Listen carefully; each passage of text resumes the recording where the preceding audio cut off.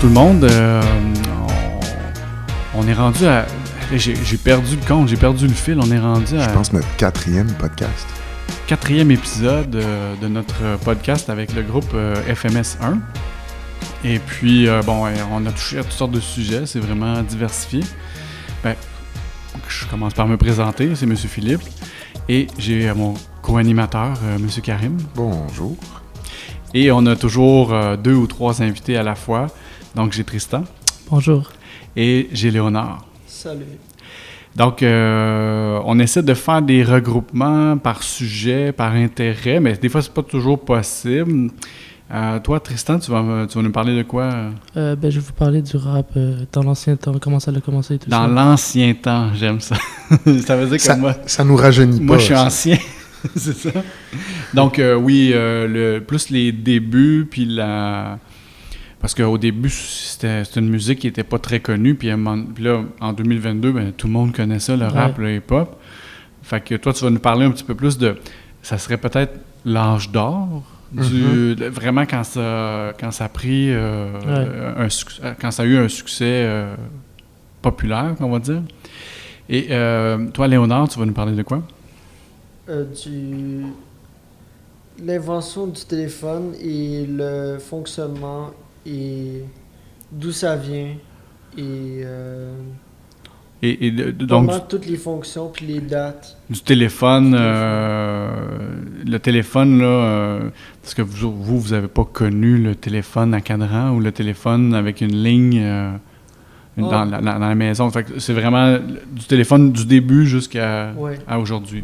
Quand j'étais plus petit, en fait, on peut dire en 2010, quand j'allais à mon chalet, parce que mon chalet est super vieux, et il y avait le vieux téléphone avec la... Fait que rien pour nous rajeunir, finalement. Fait que je l'ai vu une fois, puis Tu l'as vu une fois au chalet. Oui.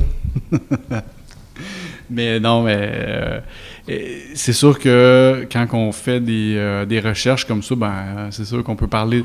On a eu des sujets d'actualité, mais là, on a des sujets plus historiques, inventions, puis tout ça. Fait que ça, c'est... On va essayer de trouver, je vous donne un défi, d'ici la fin de l'épisode, de trouver le lien. Trouver le lien entre les deux sujets.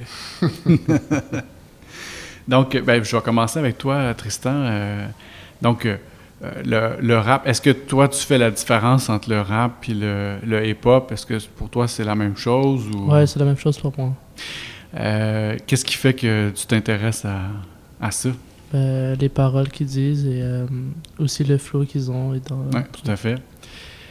Comment ça... Est-ce que tu as quelque chose sur vraiment les débuts du hip-hop? Ou on va dire, hip-hop rap, c'est correct? Ouais. Non. Parle-nous du moment où tu as choisi de te concentrer. Parce que c'est quoi? C'est quand même... C'est quasiment 40 ans d'histoire. Ouais, ça fait 40 ans d'histoire? Oui, absolument. Donc, tu peux pas nous faire 40 ans d'histoire du rap, mais quelle période tu as choisi exactement? Dans l'époque où il y avait Tupac, 50 Cent, Ice Cube, tout ça. Oui, c'est vraiment... Les années 90 puis les années 2000, le début des années 2000. Ouais. OK. Je sais que tu m'avais déjà parlé de le premier rappeur qui s'appelle Kool Herc. Je pense que tu y fais référence dans ton texte. Lui, j'ai appris aussi que c'était le premier qui faisait de la punk. De la punk aussi? Oui, de la punk. Wow! Il y avait plein de styles différents de musique qu'il aimait. C'est un mélange des genres. Le rap, le hip-hop, c'est toutes sortes d'autres musiques qui ont été mis ensemble. Oui. Et puis, mais concrètement, qu'est-ce que tu peux dire sur cette... Parce que c'est une époque, là, c'est des gens qui sont encore vivants, mais qui se produisent... Certains d'entre eux. Certains d'entre eux se produisent encore. Mm-hmm. Mais qu'est-ce que tu peux nous dire par rapport à ça? Que moi, je les apprécie bien quand même et que c'est des rappeurs qui vont toujours être dans la tête des gens parce que ils étaient connus dans le temps, puis je suis sûr qu'aujourd'hui, il y a encore du monde qui écoute ces musiques-là. Une des preuves qu'on a de ça, c'est que au Super Bowl cette année, je sais pas si tu as vu... Snoop Dogg. Alors, il y a eu un gros concert. C'est le concert de la mi-temps qu'on appelle. Ouais. Donc, il y avait Snoop Dogg. Il y avait qui d'autre? Je me rappelle pas des autres. Il y avait Dr. Dre. Dr. Dre. Il y avait Kendrick Lamar yes. pour mélanger les époques. Oui, mélanger les époques, parce que lui, Kendrick Lamar, c'est comme l'héritier de ces gars-là. Ouais.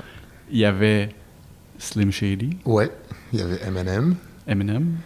Puis il y avait Mary J. Blige. Et 50 Cent. 50 Cent. Et 50 Cent, il est venu faire un tour aussi. Tu m'as mentionné les mots, les paroles. Ouais. Qu'est-ce qu'ils viennent chercher là-dedans? Ben, parfois, ils peuvent te dire des trucs véridiques. Mm-hmm. T'en as nommé un tantôt qui était Tupac, c'est ça? Tupac Shakur. Tupac. Est-ce que tu es au courant un petit peu de quoi il parlait dans ses... Non. Parce qu'à la limite, lui... Tupac, c'était beaucoup à caractère social, la situation des Noirs aux États-Unis dans les ghettos.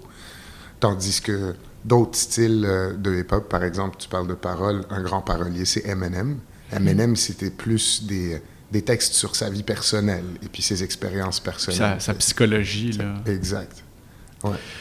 Mais puis je reviens sur Tupac, dans le fond, c'est un poète, là, à la limite, là, c'est basé sur ses paroles. Oui, il y a un côté social, mais il y a un côté très artistique, très poétique. Fait que c'est une belle manière de s'approprier la poésie d'une certaine manière. Mais la seule défaut, c'est que c'est en anglais, par contre. Mm-hmm. Ouais.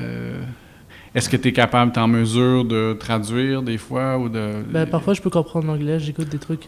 Donc, toi, carrément, t'apprends l'anglais. Tu peux apprendre l'anglais avec cette musique-là. Ouais. Je dois dire que moi aussi, au secondaire, j'ai appris l'anglais à travers ces paroles-là, de d'autres artistes, là, mais parce que ça t'intéresse, ça va te chercher. Fait que c'est sûr que vous autres, en plus, vous avez des outils comme Google Translate, qui est vraiment, vraiment intéressant. Fait que tu fais juste rentrer les paroles, puis tu vas avoir au moins une bonne idée de ce qu'il dit. Est-ce que, parce que justement, vu que tout le côté américain, est-ce qu'il y a des groupes francophones, français, québécois ou des artistes qui te parlent un peu? Non, pas vraiment, non. Tu t'intéresses vraiment juste au rap US, ouais. Au rap américain. Et puis, en ce moment, là, est-ce que toi, tu écoutes seulement des artistes de ces années-là ou Nouvelle génération aussi. En ce moment, qui tu dis, là, moi, c'est le dernier artiste que je vais suivre ou qui est vraiment à découvrir ou... Drake. Drake, il est pas à découvrir tant que ça, là, mais il est quand même découvert. Drake, je dirais. Ouais. Mais t'as-tu... Des artistes émergents qui... Ça veut dire quoi, émergents? Qui s'en viennent sur la scène. Ils sont tout nouveaux et puis on commence à parler d'eux autres. Non, j'en ai pas en tête. Non. Mais Drake de la génération 2010, c'est pas mal ton préféré? Mais j'aime aussi Lil Baby. Lil Baby. Je connais pas. Ah, ben tu vois. Il était pas en show récemment à Montréal. Il était venu... Métro, puis il a fait... au festival Métro. Il a fait venir Drake. En fait, Drake puis Lil Baby ont fait parce qu'ils font des featuring ensemble. Un duo. Ouais. Ils vont jouer leur tune qu'ils ont fait les featuring ensemble à Métro. Ah ouais. Et tu veux dire que Drake était là? Était sur l'esplanade du stade olympique. Ouais, c'était la surprise, la surprise de la soirée. C'était la fin de semaine de la tornade. Oui. On s'en rappelle. Une chance qu'il l'avait pas à Montréal. C'est pour ça qu'il y a eu des bousculades là, à ce festival-là. Les gens voulaient accéder gratuitement. En fait, ils se sont introduits gratuitement. Ouais. Puis on a vu sur les effets que ça a fait sur les réseaux sociaux. Plein de monde les jeunes de nos jours veulent y aller, veulent voir les artistes. Tout à fait, ben oui. US. Absolument. Là, sont tous excités, là, puis là, ils sont sautés par-dessus. L'organisation du festival n'avait pas comme prévu, n'avait pas pensé que ça pourrait provoquer des réactions comme ça. Hein? Ben, c'est des... Tu parles de Drake, mais tu parles de l'autre génération, mais aujourd'hui, c'est des méga super vedettes incroyables, surtout après 2 ans de pandémie qui n'ont pas beaucoup fait de spectacles. Les gens veulent absolument les voir, puis tout ça. Ça peut créer des situations comme ça où les billets doivent être très, très, très chers aussi. Là. C'était 400$ pour un billet pour les 3 journées. Puis ils vendaient pour une journée, c'était 200. Puis les gens sont rentrés gratuitement. Pour pas payer, sinon... c'est beaucoup d'argent. C'est énorme. C'est 2 fois... C'est 4 fois une paye, là. Oui, je comprends. Si tu travailles à l'épicerie pour te payer ton billet, tu peux travailler longtemps, c'est vrai. Ben, merci pour ton topo, c'était très intéressant. On passe à l'autre sujet. N'oubliez pas, on va essayer de faire un lien entre vos 2 sujets. Vas-y, Léonard, on t'écoute sur l'invention du téléphone. En fait, moi, je vais vous parler de l'invention du téléphone et d'où ça vient, en fait. Le téléphone, le premier téléphone que les humains ont, c'était le téléphone à roulette. Oui. Puis, depuis, de nos jours, l'humain trouve différentes façons de communiquer, soit par les téléphones fixes ou les téléphones de maison. Mais maintenant, plus dans les générations récentes, il y a les iPhones qui sont venus. Donc, les téléphones intelligents. Oui, les téléphones intelligents, soit Samsung, soit iPhone. Et je peux en dire d'autres, Motorola et tout. C'est l'évolution du téléphone, en fait. Il y a eu le premier iPhone jusqu'à l'iPhone de maintenant. Et les téléphones ont vraiment changé depuis plusieurs années, depuis je veux dire, pas du Moyen-Âge, mais de les années de nos parents, en fait. Que les téléphones ont quand même bien évolué.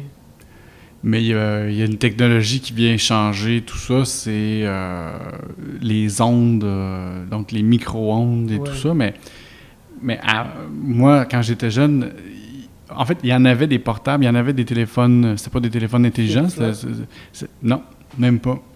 On était à la radio, je peux pas vous le montrer, mais c'était des énormes téléphones cellulaires. Un gros bloc. Ouais. Et ça, tu pouvais communiquer sans fil. Mais ça a pris... parce que le premier téléphone, c'est Graham Bell. Oui, Graham Bell qui a inventé le téléphone. En quelle année? En 1876. OK. Donc, ça a pris 100 ans avant d'arriver à un téléphone sans fil. Sans fil. Il n'est pas canadien, lui, Alexander Graham Bell? Il me semble qu'il est canadien. Oui, il est canadien. Mais il a fait, un petit peu plus tard, il a créé la Bell Telephone Company, qui est venu plus tard le plus puissant groupe américain des liaisons à des téléphones. Je sais pas comment lire en anglais, mais c'est le télégraphe AT&T. AT&T, ouais. C'est le téléphone qui mais fait des liaisons à courte distance. C'est des compagnies qui existent encore. Hein? Oui, comme Bell. Comme AT&T, c'est un petit peu plus... Avant, c'était moins évolué. Là, ils font des forfaits mobiles pour... Oui, ils ont tous pris le... Ouais. Parce que c'est vraiment l'avenir, là. Ouais. Les maisons, de plus en plus, n'ont pas de ligne fixe, n'ont pas de ligne branchée dans... Ah, nous, on a un fixe, mais on l'utilise pas. On l'utilise presque pas. C'est plus d'urgence. Exactement. Parce qu'on utilise nos iPhones, nos Samsung, puis tout. Et puis, du premier téléphone, il y avait eu le télégraphe avant ça, là, mais du premier téléphone, la prochaine évolution, c'est quoi? La prochaine évolution, c'était le téléphone portable qui... non, attends. C'était le procédé et généralisé. En fait, c'était un peu comme le télégraphe, mais je me rappelle plus trop c'était quoi. Parce que moi, ce que j'ai entendu dire, c'est que pendant longtemps, dans les... je vais donner un exemple. Dans les campagnes, mes grands-parents, ils avaient une ligne téléphonique. Ouais. Mais il y avait plusieurs personnes, il y avait plusieurs maisons reliées par la même ligne. Donc, si ça sonnait un coup, c'était la première maison. Si ça sonnait 2 coups, c'était la deuxième maison. Et 3 coups pour la troisième maison. Ben, même depuis que ça existe, là, tu peux être connecté sur un même appel. Ben, juste, c'est dans un appel, tu peux être connecté avec 5-6 personnes. Oui. En fait, les voisins écoutaient les conversations de leurs voisins. Ouais, pour entendre parce que c'était la même ligne. Parce que c'était branché par quelqu'un. C'était une personne qui branchait les 2 lignes ensemble de Montréal à Québec. Des opérateurs. Des opérateurs. Mais là, ça a été limité à 4 personnes. Ben, avec maintenant, de nos jours, avec les téléphones iPhone et les lignes fixes, ça a été limité à 4 personnes pour des raisons que je m'en rappelle. Mais là, aujourd'hui, tu as autant de téléphones dans une maison que tu as de personnes qui y vivent. Moi, je reviens encore dans l'ancien temps. Au Moyen-Âge. C'était 1 ou 2 téléphones pour 4 ou 5 ou 6 personnes. Ouais.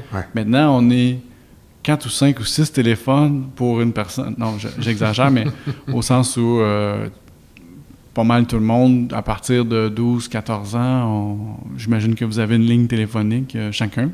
Oui. Donc, on arrive à autant de lignes téléphoniques qu'il y a de personnes dans une maisonnée. Ouais. Et puis, arrive là, la technologie portable et la technologie sans fil. Qu'est-ce qui est marquant pour toi dans cette époque-là? Ben moi, ce qui est marquant, c'est que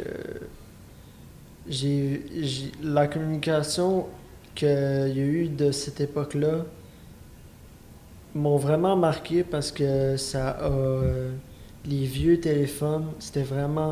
Ben, ils sont quand même gros, là. Très pesant, ouais. Ils étaient lourds, puis tout. Puis ils étaient un peu vintage, puis tout. Ben, de nos jours, ils sont rendus vintage. Oui. Mais ils sont vraiment beaux, je trouve. Puis j'aurais aimé ça avoir une collection, puis les en revendre plus tard. Tu as une appréciation pour l'objet. Oui. Oui, très bien. Tu sais, un fait intéressant que tu avais noté, Léonard, quand on en avait parlé, du téléphone, c'est avec les nouvelles technologies maintenant, il y a un fait intéressant que tu avais dit, c'est, d'après plusieurs études, une personne regarde en moyenne son téléphone 221 fois par jour, avec un temps moyen de 3 heures et 16 minutes. Ouais. C'est quelque chose. C'est comme notre ami ici, Otman. Le technicien. Mais c'est quelque chose. Toi, est-ce que ça t'a fait réagir, ça? Est-ce que ça vous fait... À tous les deux, je te lance la question aussi, Tristan. Est-ce que ça vous fait réaliser que... Est-ce que c'est réaliste de dire 200 fois et plus par jour pour un total de 3 heures? Non, c'est abusé. C'est abusé? Ouais. C'est abusé, ouais. Même ne serait-ce que de regarder son téléphone pour voir l'heure. Ben, Ça compte une fois, là. Ça compte. moi, je pourrais vous dire que je regarde vraiment juste mon téléphone. Ben, quand je venais de l'avoir, là, mon premier téléphone, j'arrêtais pas de regarder tout le temps, chaque 30 secondes. Ben oui. Ouais. Puis là, même je peux dire, les appels sont devenus longs, mais tu sais, des gens qui font encore des appels de 14 heures. Il y a du monde qui sont en contact avec d'autres mondes comme en FaceTime. quasiment permanent, là. Ouais. Mais je peux dire que, tu sais, de nos jours, dans les rues, dans le bus, tu sais, on voit tout le temps c'est rare qu'il y ait une personne qui est sans son téléphone. Mais Tristan, tu dis que c'est abusé. Est-ce que toi, tu penses que tu le regardes moins souvent que 200 fois ou... Non, mais c'est pas réaliste. Non? Je trouve que c'est pas réaliste. Tu penses pas que c'est une bonne...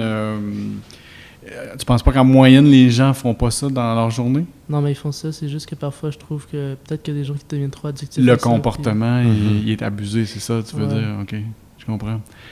Ouais, c'est vrai. Mais parce que moi, je peux pas m'exclure de ça. Je peux pas parce que, tu sais, quand je veux vérifier quelque chose, je pars le matin, je veux voir la météo, je vais prendre mon téléphone. Il y a une notification. Je vais aller voir si c'est important ou pas. Est-ce que je suis à 200 et plus par jour? Je sais pas. J'espère que non.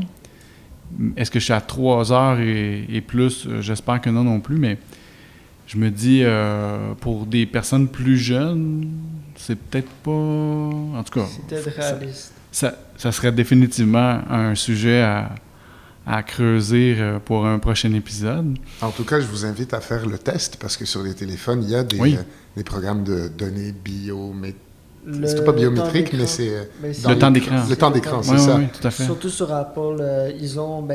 c'est surtout, je peux dire, une petite anecdote dessus que... Rendu sur Apple, celui-là, les parents qui veulent acheter un téléphone pour leur fils, il y a du temps d'écran maintenant sur Apple. Tu peux rajouter... Donc, c'est la maman ou le papa qui peut contrôler pour la personne. Tu peux bloquer le téléphone après 1 heure, 2 heures, 3 heures d'utilisation. Oui. Tu peux mettre un temps d'écran, puis tu peux mettre un temps limite par journée sur Je suis bien content d'apprendre ça. C'est pour ça qu'il faut achever. C'est pour ça que je conseille d'acheter. Est-ce que vos parents sont au courant de ça?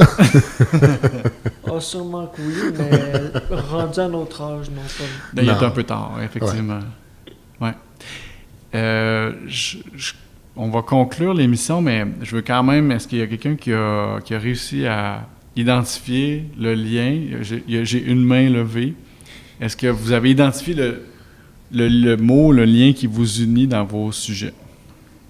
Moi, je dirais que entre le rapport du téléphone et de la musique, c'est que les gens, ils écoutent leur musique sur le téléphone.